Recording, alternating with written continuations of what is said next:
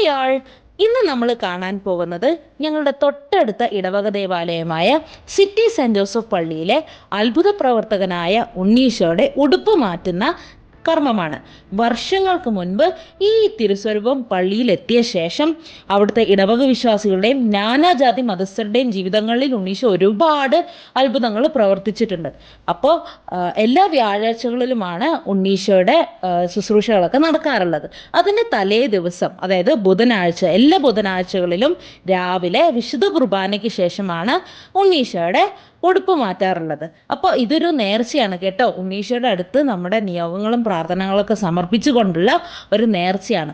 അപ്പോൾ ഈ സമയം നമ്മുടെ നിയോഗങ്ങളും പ്രാർത്ഥനകളും സ്വപ്നങ്ങളും ഒക്കെ നമുക്ക് ഉണ്ണീശോയുടെ പക്കൽ സമർപ്പിക്കാം. കാരണം ഉണ്ണീശോ ഇപ്പോഴും ഒരുപാട് ജീവിതങ്ങളിൽ ഇടപെടുകയും അത്ഭുതങ്ങൾ പ്രവർത്തിക്കുകയും ചെയ്യുന്നുണ്ട്. ഇതിനെല്ലാം ഞങ്ങൾ സാക്ഷികളാണ്. ഞങ്ങളുടെ ജീവിതങ്ങളിൽ ഉണ്ണീശോ ഇടപെട്ട നിരവധി സംഭവങ്ങളുണ്ട്.